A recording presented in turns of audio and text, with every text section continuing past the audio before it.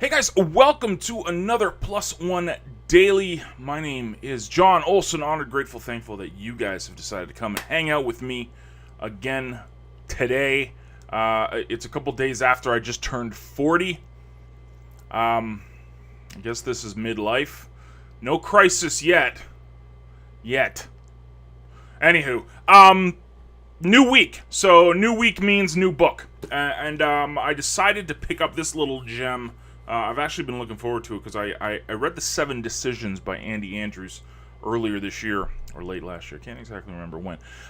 But really was taken by the way he wrote and thought it was great. And then I learned that he was releasing a new book called The Little Things, Why You Really Should Sweat the Small Stuff. And it's a short little book. It's only about 140 pages long. But I thought, seeing that I was already into the week, I could bang through this, give it a couple of videos, do a little book review for this coming up on the weekend, as well. So lots of great stuff in this. I'm only a couple chapters in, but this book is basically arguing that there's that popular saying that you should not sweat the small stuff because it's all small stuff.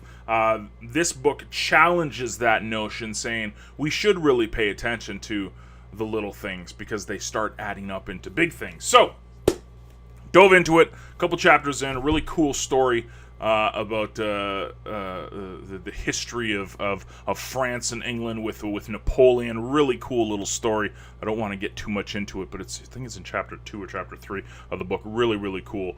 One of those aha moments when you read it. Anyways, one of the quotes that I thought was brilliant in this book I wanted to share with you guys today, and kind of the focus of what I wanted to talk to you about.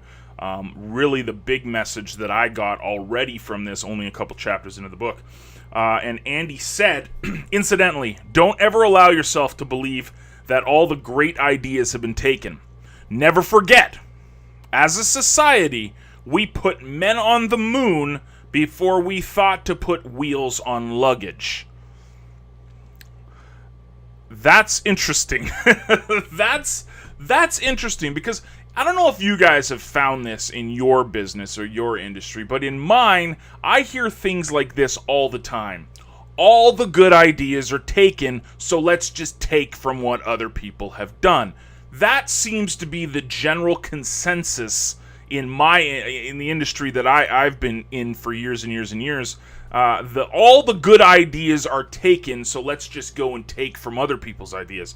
What Andy says here is that we actually put men on the moon before the idea even surfaced to, hey, why don't we put wheels on the bottom of luggage? So the myth is that there's no good ideas anymore. Everything is regurgitated. Here's a little fun fact. Did you know that things like Netflix, Twitter, Facebook, Uber, all this stuff a decade ago didn't really exist? Now think of it. It's like commonplace to think of an Uber, not a taxi, when you need to get a ride somewhere. You think of posting an update to Facebook, tweeting a little microblog in 140 characters or less. Airbnb is a good example too. Here's this massive hotel chain without owning any hotels. It's pretty remarkable. So that idea that ideas don't exist anymore is hogwash. It's absolute lies. It's basically what the uncreative do to make themselves feel like they're competing. There's tons of ideas out there. And in this book, I think, not only did the first couple of chapters set the frame for big picture thinking by taking care of the small things, but the big thing was one little thing. Isn't that the whole DNA of Plus One? One little thing can do a huge amount of difference. So you don't need to, as this book is so far what I'm learning, and it is that you don't need to revolutionize the world. You just need to touch on one new idea, one new way of looking at something, one new opportunity, and it can open you up to a whole new world of potential. So that was really amazing to me, to know that we put people on the moon. Well, that's debatable too, but we won't get into that. We put people on the moon before we put wheels on the bottom of our luggage. So don't believe the hype. Stop listening to people that say there's no more ideas out there and we can't come up and think of anything ourselves. And that's all bull. It's all bull. Get creative. Start using mind maps to get your ideas out there.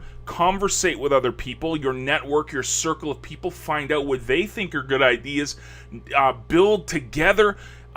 Read a lot of books. The amount of stuff I've learned just from reading books, I mean, obviously, that goes without saying, is I like to read, but that's a big nugget, because why I read books, because you remember last week we talked about Brian Tracy's Change Your Thinking. That was one of the examples that if you're filling your mind with enough stuff, you're going to start getting ideas and new ways to looking at things. So you don't believe it. Don't believe that there's no good new ideas out there, and people are, it's just uncreative people, lazy and settling for mediocre. We don't want that. Huge nugget that we put people on the moon before wheels on the bottom of luggage. Isn't that crazy? Anyway, so a couple chapters in, the little things. The two big takeaways so far for me was that quote, and also one little thing. One small change, one new idea, one fraction of an idea can change the world, can change your world, and the opportunities and potential truly are limitless. We're just limited by our creativity. So you want to get more creative? Get out there, talk to people, network with people, use mind maps, read more books, read blog posts, hang out where the thinkers are hanging out, and you'll get some really good ideas. It's almost guaranteed.